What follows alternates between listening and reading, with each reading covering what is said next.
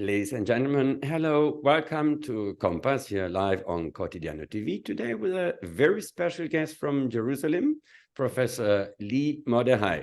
Welcome, Lee. How are you doing? Thank you. I'm good, Radu. Thank you for inviting me. I'm glad to be here. Shalom also to the audience who will most probably follow our interview in Israel. Ladies and gentlemen, I'd like to introduce you to Professor Mordechai. He's a professor of history at the Department of History of the Hebrew University of Jerusalem. He's a historian of the Eastern Roman Empire, also called the Byzantine Empire. He completed his doctoral studies at Princeton University. There he graduated 2017 and went on to postdoctoral studies at the University of Notre Dame in Indiana and at the Institute of Environmental Studies at Annapolis in Maryland. Thank you very much for joining us today. In Compass, today we'll be talking about the historic concept of pandemics, which is an extremely interesting topic. Thank you once more for having accepted my invitation. Lee, I'd like to ask you, what motivated you years ago to start to look at a certain pattern which maybe might repeat itself in each pandemic? Is there a sort of grammar rule of pandemics in terms of social and political impact?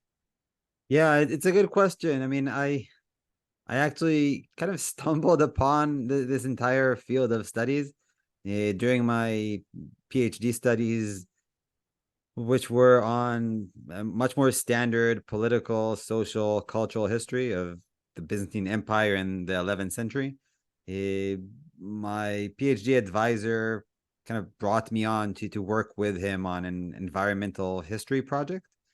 Within that environmental history project, I was drawn to diseases just because I guess maybe in retrospect because of the way I was brought and the films I watched as a teenager and young adult. And from that, I around 2017, 2018, I came into studying the Justinianic Plague, which is really the focus of my studies, was the first focus of my studies on disease. That also coincides with part of my expertise in late antiquity, which is, broadly speaking, the period between 400 and 700 CE or so. And then from focusing on the Justinianic Plague, I think the beginning of COVID, my collaborator Merle Eisenberg and myself, both of us worked on the Justinianic Plague together. And as COVID broke out, we both felt that we knew a little more and we could speak. We would like to speak to broader audiences and communicate history, the stories about past pandemics, past epidemics, past diseases, how these diseases were thought of in the past. And that actually led us to start our own podcast, which is still running, Infectious Historians, which has like something like 110 or so episodes at this point. Yeah, I'd like also, ladies and gentlemen, to recommend you to look on infectioushistorians.com, yeah, if I may, which is your and Professor Eisenberg's blog.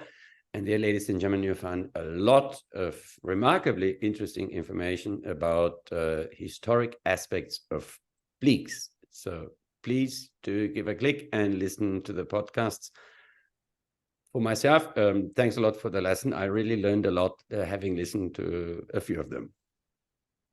So were you under the impression that once we had the Corona outbreak, that you were at least, let's say, shall I say, a bit more prepared in terms of what from a social or political aspect, in terms of a change, a huge and a tremendous impact on society might occur after the disease?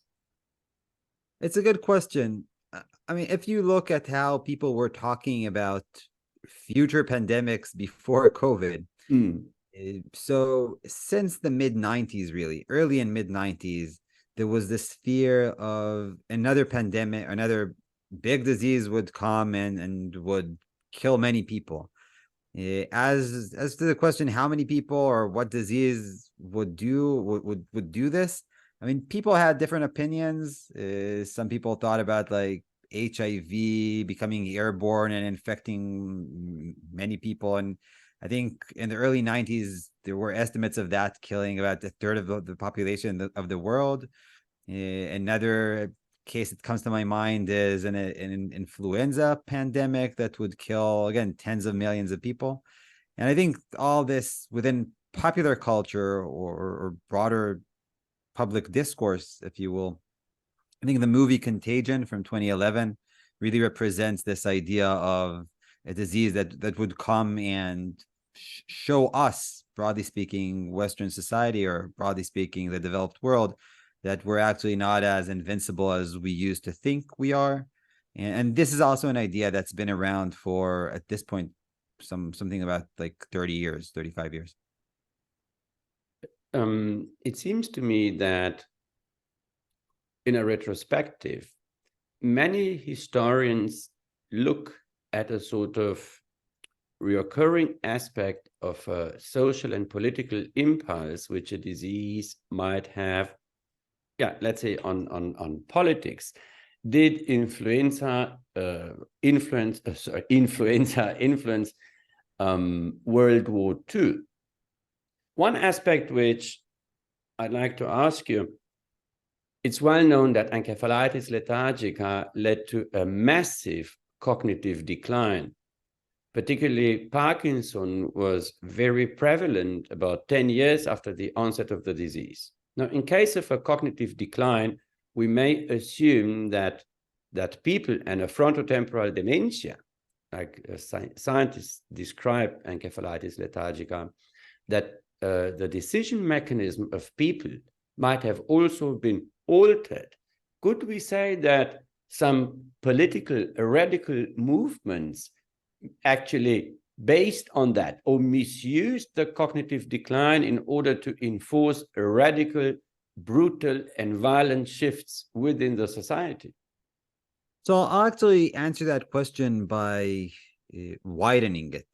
And I think, one of the recurring questions that we historians try to deal with in different ways is about the impact of some of these epidemics and pandemics on the societies that they hit or which they affected. And I think let me put it this way.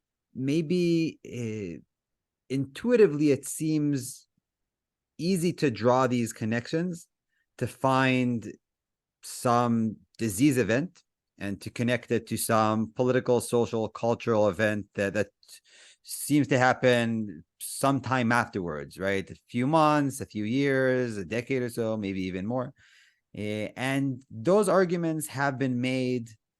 I mean, you can look at that. I mean, ever since the beginning of recorded epidemics and pandemics, I think the best cases here would be the plague of Athens and the mid-late 5th century BCE, where Thucydides talks about the plague of Athens, and historians would argue that the plague of Athens was the cause of the defeat of Athens in the Peloponnesian War between Athens and Sparta at the time.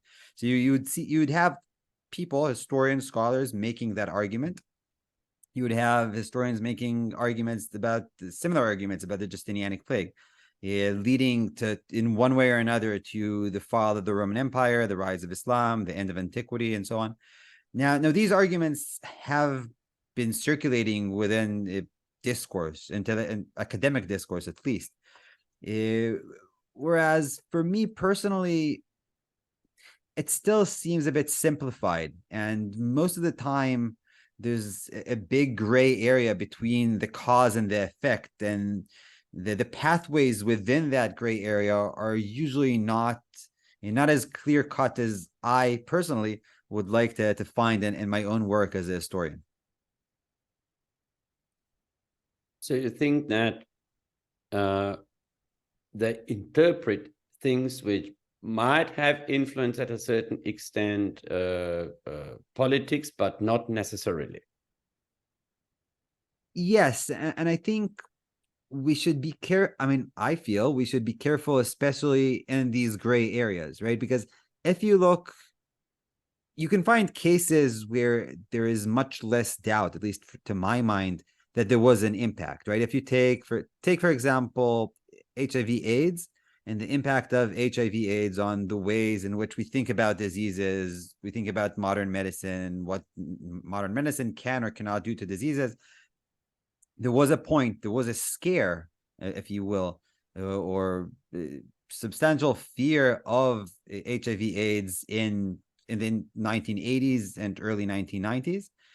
And that did seem to have an impact. And you could tell that impact because of the amount of material that was out there, the amount of public discourse that surrounded the disease.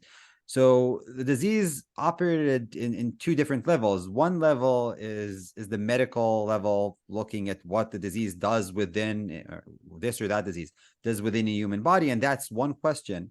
And one question about which I am less knowledgeable about as well. The other aspect of a disease is as either a concept or as a social event. And I think with regards to COVID, you saw both of these things happen at the same time. You had the physical effects of COVID, the mortality of COVID on different people, for example. And you had the social impacts of COVID, the ways in which COVID was perceived, thought, used politically, culturally, socially by different actors within the world. And I think sometimes both of those kind of spheres interact or are closer to each other, and in other times or case studies, they're less so. Yeah. What was first, to simplify the question, the chicken or the egg? Yeah. We are still fortunate, against all odds, to have went through a severe COVID pandemic, but also to be exposed to a tremendous change. So we do not need to read books about what had created a change in the past. Well, we should. Sorry. We have an opportunity to go the arguments at present. Normally, I would say, after such a stressful and most exhausting period, society should come to a rest and enjoy life for a while. We had not passed already through the pandemic, and we were already told that a great reset and a great change shall occur, and that this is the best moment to enforce a change. So I don't understand the urgency of a change in all areas of life. From the first moment the disease actually had its onset, the idea of a tremendous change was almost simultaneously. Why? Yeah, and I think it's the way I would explain it is, and I could just give my own example, right? It would be that we tend to have these preconceived ideas, and we sometimes vocalize them, we talk about them, and we sometimes also act upon them. And in my case, it was kind of both, I guess. But at the beginning of COVID, as I mentioned earlier on, I mean, I kind of thought about what would COVID mean for the world. And I thought somewhere at the beginning, so let's say March and April of 2020, when there was a lot of uncertainty, nobody knew exactly what was going on. We were seeing like scary videos and pictures and news from Italy and so on. I was pretty sure at that point that the world after COVID would be completely different than the world before COVID. And that now is the time to like go and do whatever I could to, again, study diseases, talk about diseases, out of this conviction that perhaps after COVID, again, things would be different at a very basic level. Many more historians would be interested in diseases and plagues and so on. Many more students would also be much more interested in these topics. And I was pretty sure about that. And what reality has shown me over the past, three and a half years almost, is that it's not that simple, because we haven't seen massive interest of historians kind of changing the topics that they work on and moving to work on pandemics. We haven't seen a great amount of students being drawn to pandemics classes. I mean, I taught a pandemics class, was well attended, but it was not exceptionally well attended. It was not like substantially different from any other course before it because people wanted to understand their present or something like that.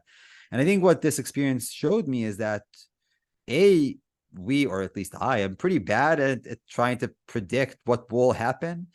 And B is that perhaps our predictions have much more to do with our own preconceptions of how we interpret the world around us than some empirical formula or grammar rule, as you mentioned earlier, that would allow us to know, I mean, the next word in a sentence or the next event in a chain of events. Like some famous personalities, without disclosing their names, even said that in the middle of the pandemic, that this is the most appropriate moment to enforce the change. I don't understand the urgency of changes. Have you observed a quick change after pandemics in the past, or at which time, which was the time frame? Let's say a year or two, or 10 years, or on average a couple of years after a pandemic, we either had a breaking apart of an empire or a new religion, or something new occurred out of the middle of nowhere, out of nothing. And then the next aspect is, and there I read an interesting paper also by you and your colleague. How do we assume pandemics result in devastation? Yeah. Then we look at the time frame, and then is there a devastation? It should not sound disrespectful towards all the people who have lost family members or are suffering from the disease. But at the end of the day, which is the impact of a pandemic in a historical perspective? So that is in more than one sense one of the most interesting questions that I try to work on. Thank you. And I think part of the reason why it's so interesting is because it's very difficult, again, to draw these connections between cause and effect, because there are cases in which you have a pandemic or an epidemic or a disease event, broadly speaking, and there is some other event which may or may not be related to the disease event and may or may not be caused by or primarily caused by the disease event. And I think trying to determine whether A causes B or A and B just happen to coincide together, and it's not, this is not necessarily the case.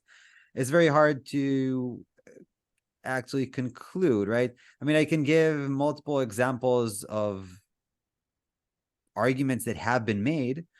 For example, with regards to some of the cities in the southern Israel, in the Negev, these cities have been abandoned. I mean, not entirely abandoned, but started to decline at, broadly speaking, the time of the Justinianic Plague, so mid-6th century onward. But is that decline necessarily connected to the onset of the disease? Could it not be other things that caused the decline, whether climate change, another idea that has been suggested, or maybe some changes that have nothing to do with the environment and much more to do with economy and different changing trade networks, right? So in all these cases, I would see arguments for each side, and what I would take from the broader discussion is the need to focus on each specific case study and study it individually, and not try to come with some rule that, I mean, we would want to have a rule, of course, it would make a lot of things much easier.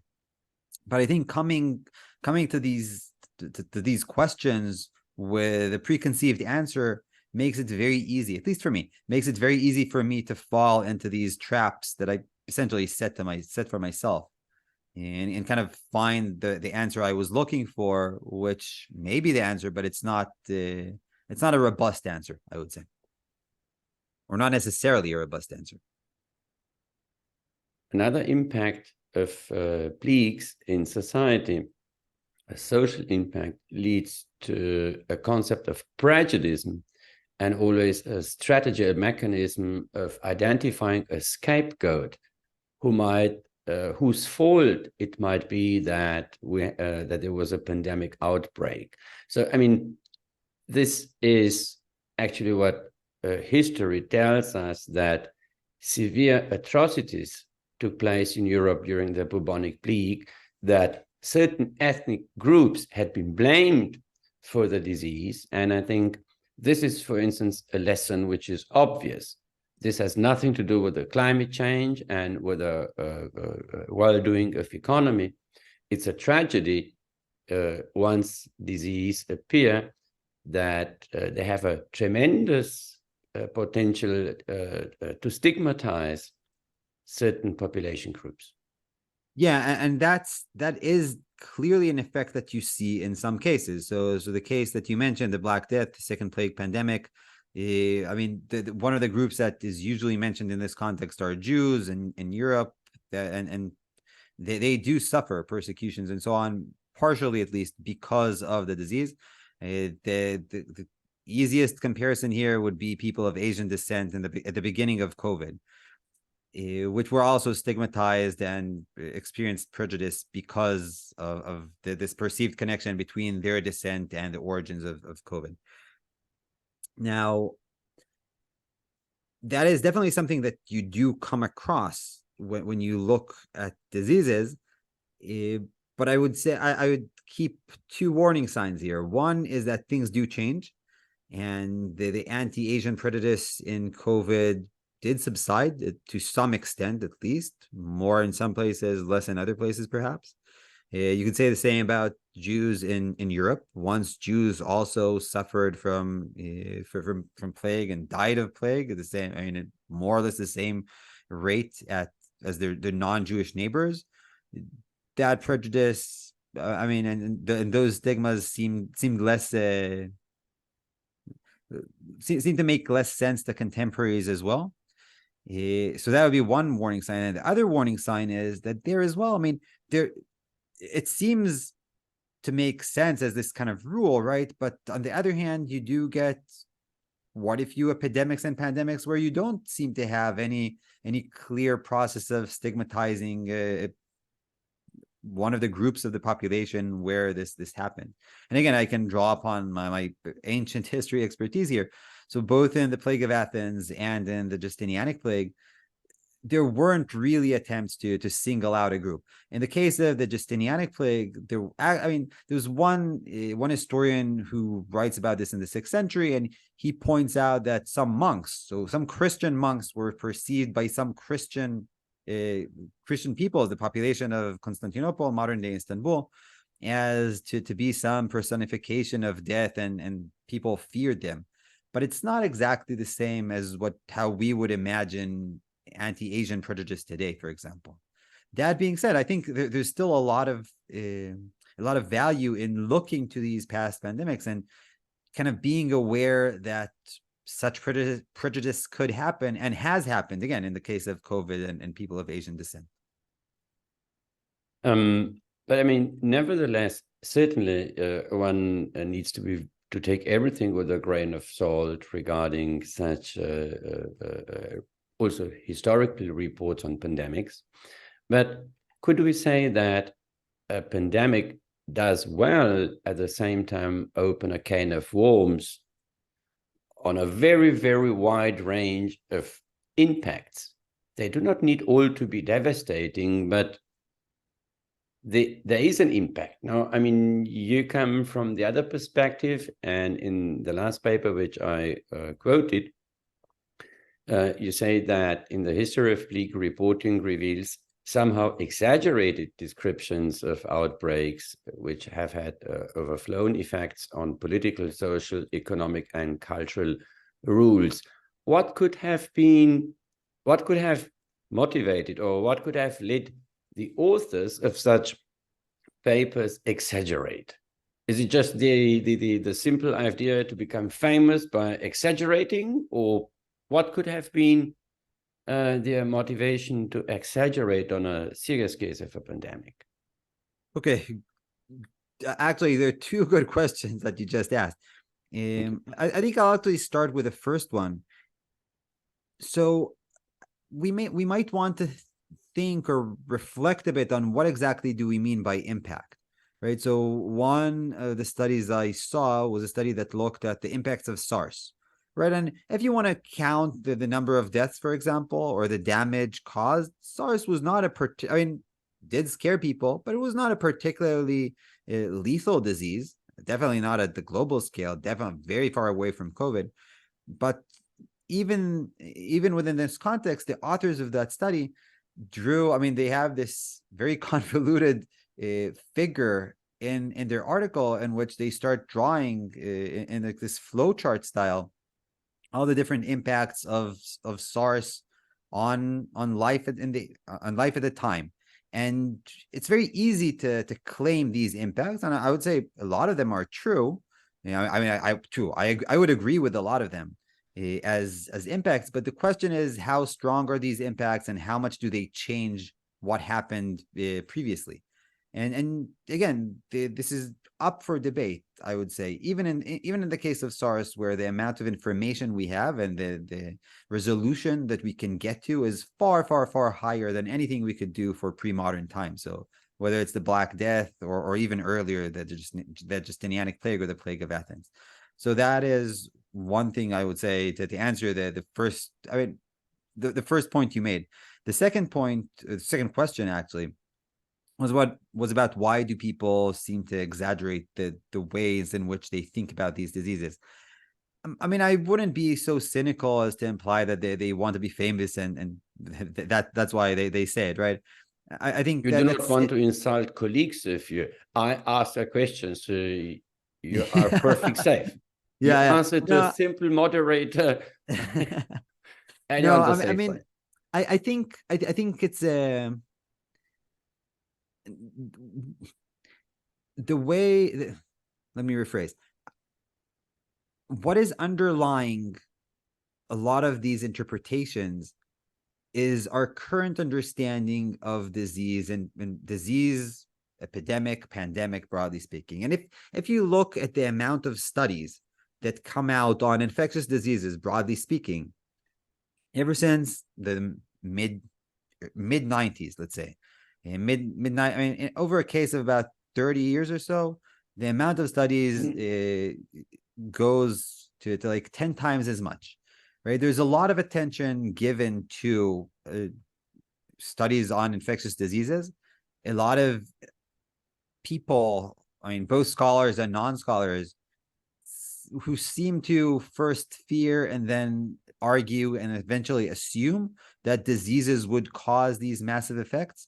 And these arguments that we've seen about diseases in the present that perhaps, as I mentioned earlier, all these stories about what diseases in the present might do in the future, these similar ideas, you can find similar ideas once you look into the past. And historians, who are the people who look and write about the past, would take the same notion of diseases supposed to cause vast mortality and massive changes in society, which is an idea that's very much in circulation since the mid-1990s, and reread or read that idea back into the past. So it's translating our contemporary fears, worries, back into the past, which is also something that we see in other cases as well. It's not that disease is not special in this regard. You can see the same. A good example here would be nationalism. You could read nationalism back into the past. Nationalism, racism, colonialism. You could read these things back into the past. Sometimes the analogy works, sometimes less so. And I think what each of us has to do, and whether scholars or non-scholars, is to try and think critically about whether this analogy, I mean, what purpose does this analogy serve? I mean, are these leaps and jumps and assumptions that we have to make to kind of like fit these things together? Is it good enough for us if we try to think critically and try to like not accept everything that we're being told or not? And I think that's how I would explain the debate that's going on. And again, there's a strong case to be made for both sides here. Well, I think it applies the same rule like with statistics and talking to an individual. Imagine you are a physician and the patient is talking about his suffering and you answer him with the statistics. Now, according to this data, you are either sick or healthy. But it's not an individual approach. It's always referring to some statistics, and we know statistics are extremely irrelevant. So I read recently a paper preparing myself for our interview. It was, and I really like this pluridisciplinary approaches, this interdisciplinary approach. Economists and physicians, scientists look at the Black Plague and the agricultural production in Europe. Mm-hmm. And surprisingly, they saw that in not all areas of Europe, there was an agriculture decline. Now, if we were now to take a historian reporting either from region A, where they had an increasing production of crops, and then you have another author reporting a high mortality, you have no idea how to judge and explain which historic source is the more relevant one. So now interconnecting in a smart manner the history of agriculture production with medicine and history, I think may unlock several secrets and also misconceptions about plagues.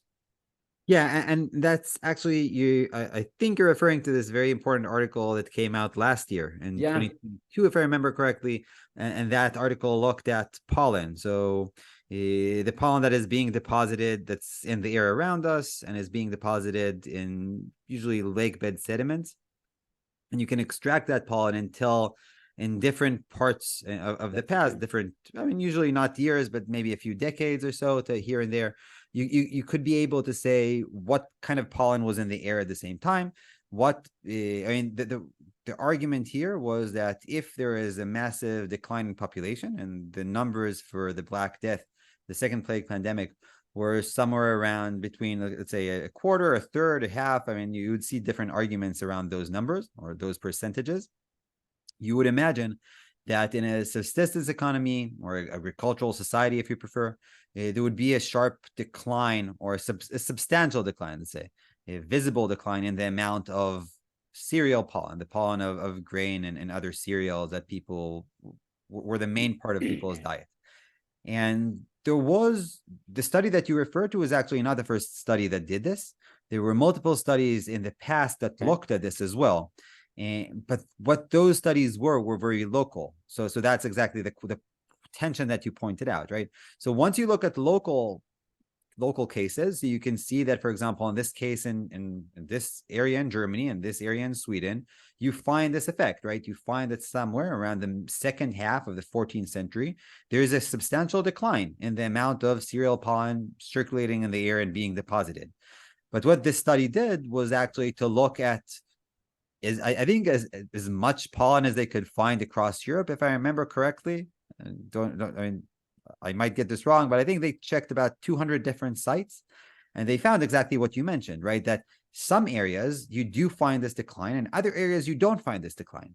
Now, the model that the predominant model, which existed about the second plague pandemic earlier, before this study. And there were people who challenged it, but I think that the broad model stood, broadly speaking.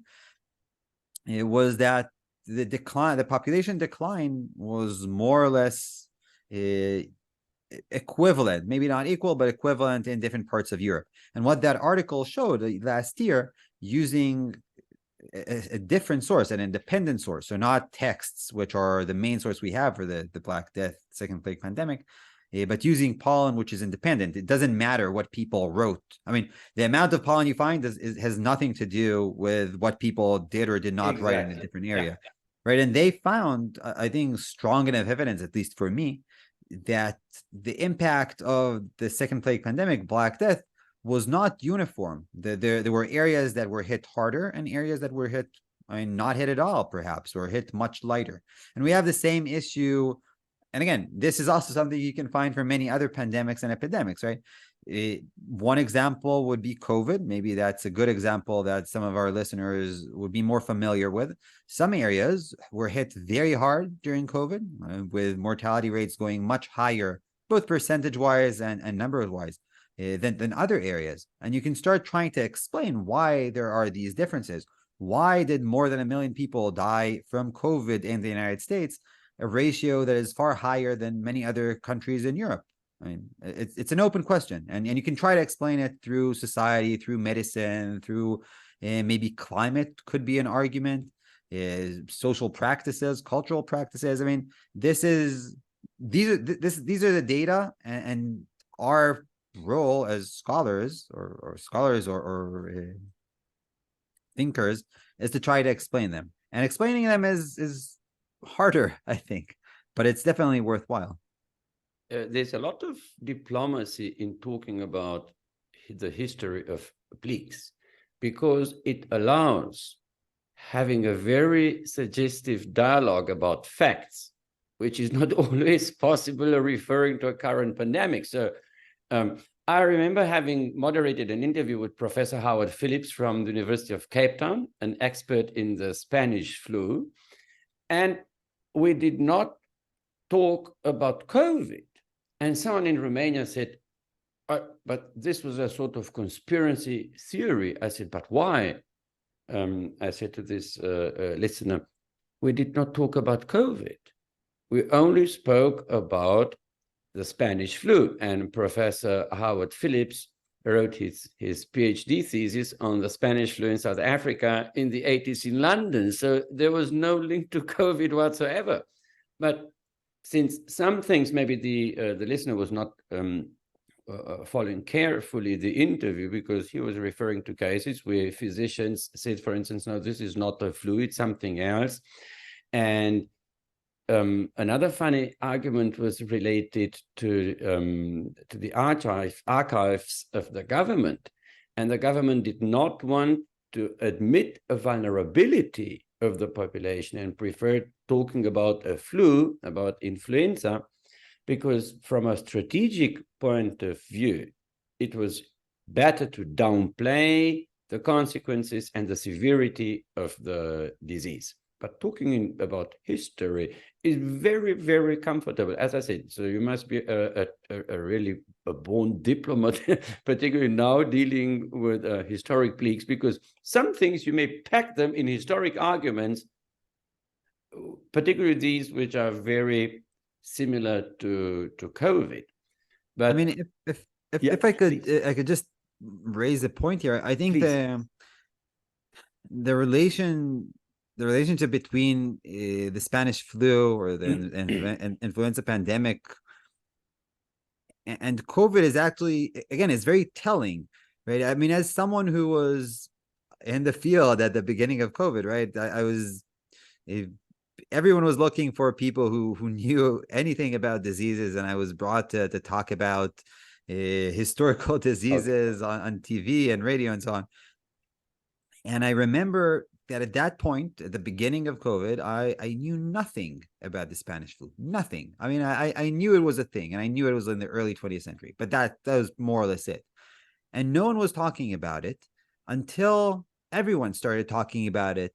And it took a couple of days, 2 or 3 days, until everyone around the world, the United States, Israel, I mean, both the discourses that I am aware of, it was all over the place. And the comparisons between COVID and the Spanish flu were being drawn again and again and again and again. And I think from then on, the Spanish flu has kind of seen some reemergence in public discourse, public consciousness.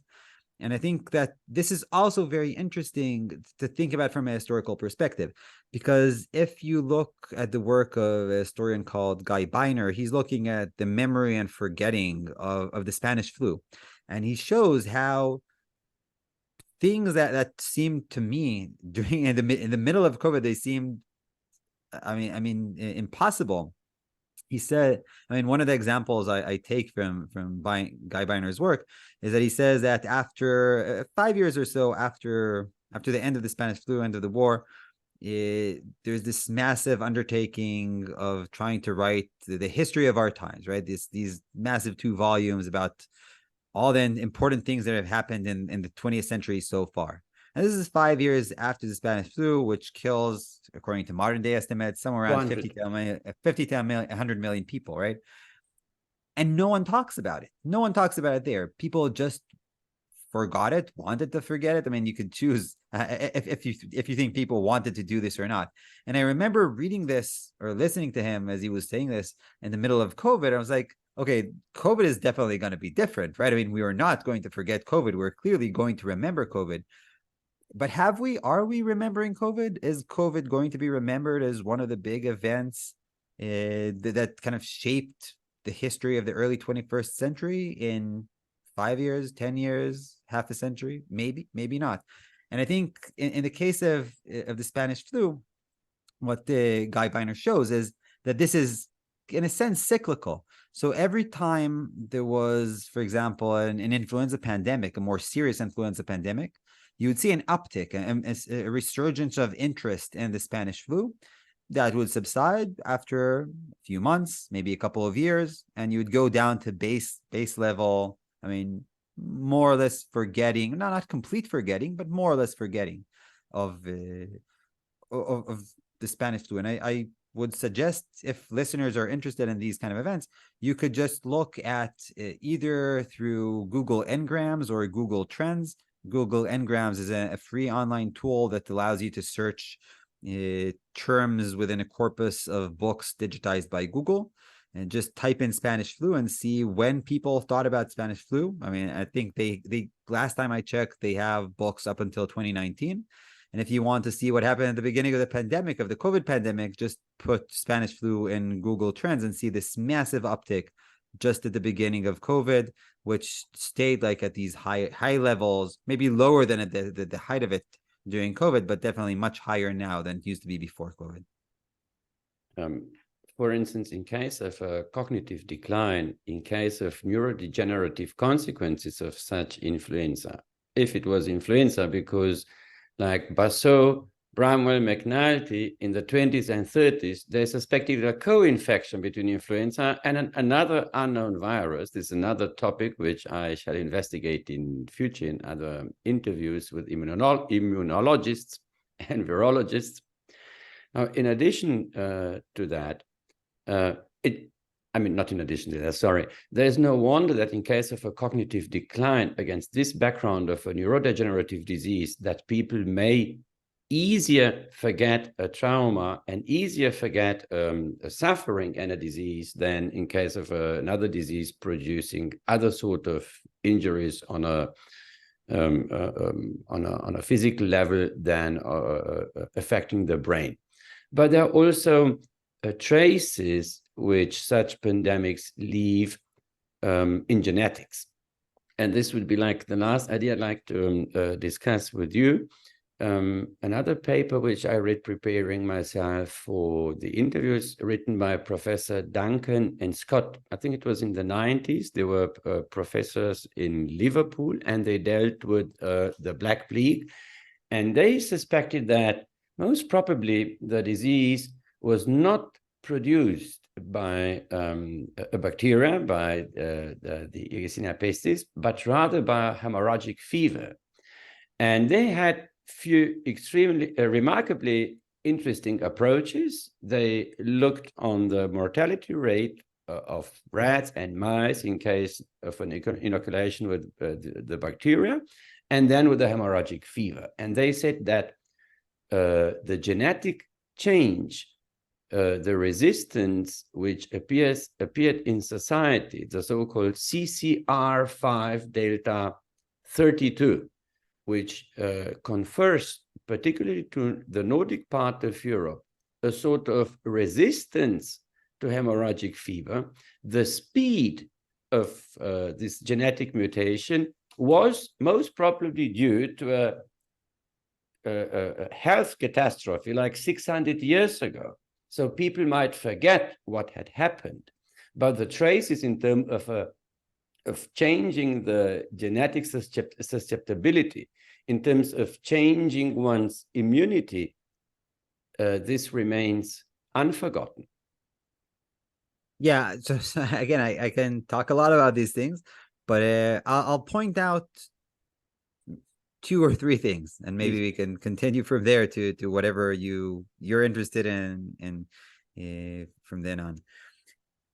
So one of the big questions that we had, we still have, at least for some past diseases, is what exactly were these diseases, right? I mean, what exactly was the Black Death? What exactly was the Justinianic Plague? What exactly was the Plague of Athens? And apologies to listeners for repeating these, repeating the same diseases. I'm doing this partially because these are really the diseases that have drawn more attention in the past, more attention and more scholarship. And I think here as well, wherever the less information you have, the vaguer things are, and the more suggestions you can make, right? So a good example I know is the Plague of Athens. And in the case of the Plague of Athens, we have exactly one source, one real source, contemporary source that talks about the Plague of Athens, a guy named Thucydides who lived through it, experienced it himself. He left us a relatively detailed account of what happened, both physiologically and socially at the time of the Plague of Athens. And ever since he wrote, especially in the past, let's say 100 or so years, and even more so over the past few decades, scholars are trying to understand what exactly was this disease. I mean, what is the modern name of the disease that he describes? And to make a long story short, we don't know, right? There have been over 30, last I checked, over 30 cases, 30 different diseases that have been associated with the Plague of Athens. And again, the bottom line is we don't know. We cannot rule out any of these. So if you are knowledgeable enough about a disease, and you find that part of the symptoms that Thucydides mentions for the Plague of Athens seem to be some possible symptoms of the disease you're interested in, you can make an argument and add, like, I don't know, the 31st potential cause of the Plague of Athens. But you don't really know. And I think what we do have, some of the fascinating work that's been going on over the past almost a little over a decade, so since the beginning of the 2010s, is the work from genetics. And genetics has more or less proven, I think it is currently consensus, which is undisputed as much as far as I know, for both the Justinianic Plague and the Black Death, so the first and second plague pandemics. Both of them were caused by Yersinia pestis. So these are the what we call today plague, right? That is the disease we call plague today. Now, you mentioned earlier on, I mean, in part of what you were saying, this idea of comorbidity, right? That the fact that maybe there was more than one disease going on in the population at the same time, and that people like Thucydides or other historians, rather two pathogen agents. Yes. Yeah, and that may also have been the case. And if that were the case, we don't really know, or we don't have a lot of information at this point. This is, as far as I can see from my vantage point, this seems to be one of the questions where historians are much more interested in them today, and there's more energy, scholarly energy, being channeled toward that aspect. Now, that being said, even though we know, for example, now that the Black Death was Yersinia pestis, was plague, and so on, there still are a lot of open questions, right? So how exactly was the Black Death transmitted? How did it move between populations? Was it rats? I mean, some people argue it's rats, but other people would say it can't be rats because we just don't have enough rat bones. And this is an argument that's being made for decades now as well. Other people would argue that perhaps these are ectoparasites, so human lice, for example, or human fleas that used to transmit the Yersinia pestis bacterium between people. May or may not be true. We don't know. We just don't have that information yet. There has been a lot of work on this, a lot of attempts to try to either rule out or argue for one or another of these cases, but I mean, the answer, which maybe, the answer is that we simply don't know. I mean, That's where we currently are. One funny word one will always come across reading like articles about encephalitis lethargica or the Russian flu, a pathogen, an unknown pathogen agent. Whatever you read about the etiology of the disease, of a so far unknown pathogen agent. I mean, there is extensive research on that. Humans flew to the moon, flew in space. We've been able to manage so many things in the world, but apparently some things still remain mysterious, although they are recurrent. And I see quite a legerity in writing. I had my difficulties in writing a paper and saying of unknown etiology. I would change the topic and write about something else, because the major issue is to know the etiology, because such disease seem to be recurrent.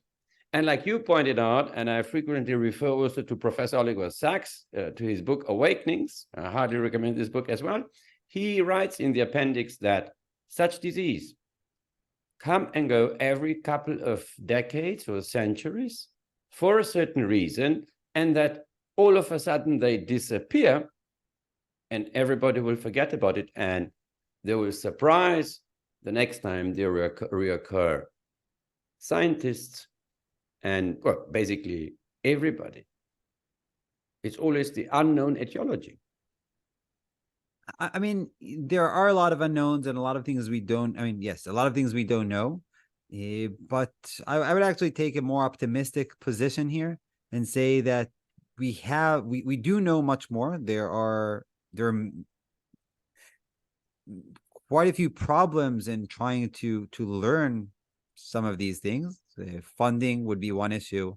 The ease or difficulty in transmitting or conveying, receiving reliable information is another issue, that the challenge that we have to deal with is the floods of data. I mean, the floodings of data today, the amount of data that's just surrounds us, and trying to just keep up with everything that's coming out is also extremely difficult to do. And I think you could see that, for example, in the case of COVID. But despite these problems, I think we are making progress. And I think COVID is actually a good example here, because in the case of COVID, that was by far the fastest development of a vaccine, very fast distribution of a vaccine. Yes, there were problems. Yes, different countries got way more than they needed. Other countries got far less than they needed. There were a lot of politics involved as well.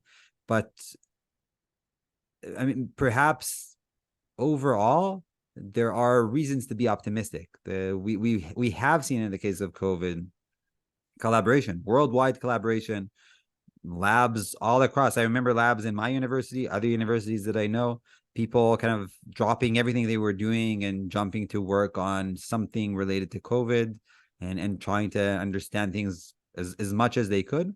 So yes, things are not perfect. I'm the last one who's going to say that things are perfect, but we have gone a long way from take the Spanish flu, for example. Professor Mordechai, thank you very, very much for having participated here in Compass today, talking about historic, political, and social aspects of plagues, particularly your examples which you brought are true reason to be optimistic, to take all the information with a grain of salt. This is not just obviously relevant for historical sources, but also for COVID, and to stay with a good mood and to be optimistic about the future. I mean, this at the bottom line is, I shall say, your message, that the way you purified historic texts is extremely helpful to keep a clear view. Yeah, thanks so much, Radu, both for the kind words and the opportunity to participate in this conversation. And many thanks also to Professor Eisenberg. I really appreciate his work as well. My compliments to him, and wish you also lots of success further in your research, and looking forward to seeing you soon, Professor. All the best, Lee. Bye-bye. Thanks so much. Bye-bye. Thank you. Bye-bye.